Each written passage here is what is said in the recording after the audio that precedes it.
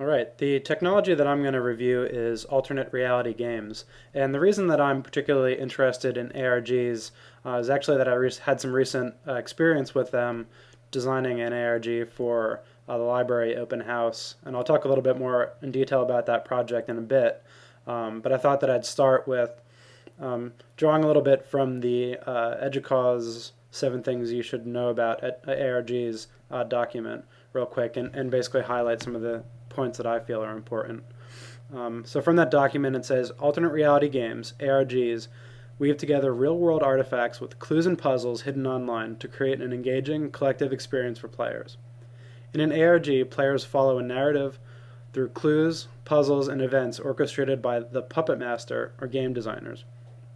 And one other part of that I wanted to read was, clues and pieces of the puzzle can be anywhere: websites, libraries, museums, stores, signs, recorded telephone messages, movies, television programs, etc. So sort of a long definition, and basically the way that I would define an ARG is any kind of multiplayer game that mostly occurs in the real world but is facilitated by other media, especially including websites. A real good example of ARGs is a couple years ago, Microsoft did a marketing campaign for a new game at the time, Halo 2. And basically the way that this ARG worked was that when people watched the trailer for the game, inside of that trailer were hidden these little subliminal clues. And basically only people that had watched the trailer multiple times or looked really closely would notice these clues, so really the hardcore gaming fans. And once they started to notice these clues, they realized that they were directing the viewers to this website, ilovebees.com. And ilovebees.com was sort of the first step in a multi-step game that released more information about the game and sort of transported the players into the universe of the game. So it really made people feel like they were part of the Halo 2 experience. And it's really interesting because essentially what Microsoft did here was got these gamers to become active participants in this marketing campaign. So really, really fascinating in that sense that sort of without them even knowing, they were,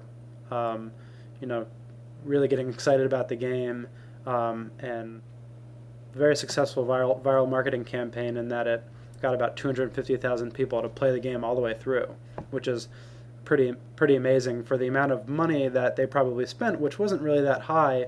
The various websites that they designed around this game were pretty simple, so a really huge return on investment for Microsoft. And that kind of leads into my particular example of the game that I helped to design, which was for the library open house. And if you're not familiar with the library open house, it's essentially an opportunity for students to come into the library in the beginning of every semester and learn about library resources. But they sort of wrap it around a lot of fun activities to get students coming through, and they actually have several thousand students every semester come through and do these different activities. And this year they did an ARG, and basically the way it worked was they played this again, this just like the I Love Bees video, they played this trailer, and the trailer was sort of an invitation for the game, and I'll actually play a little segment of it right now. Peachy Paterno, Old Coley 2. Zombie Nation rocks the Big Blue. Before our alumni all gather here, I'll make this proud lion now disappear.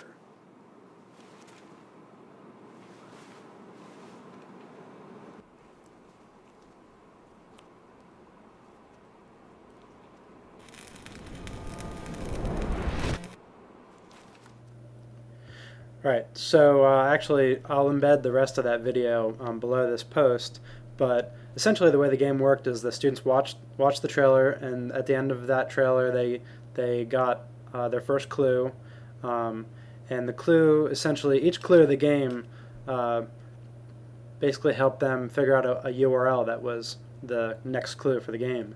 And it was interesting because each step of the game they were having to use library resources. So as they were playing through this game and getting excited to seek out the next clue in the game, they were also learning about various methods for researching.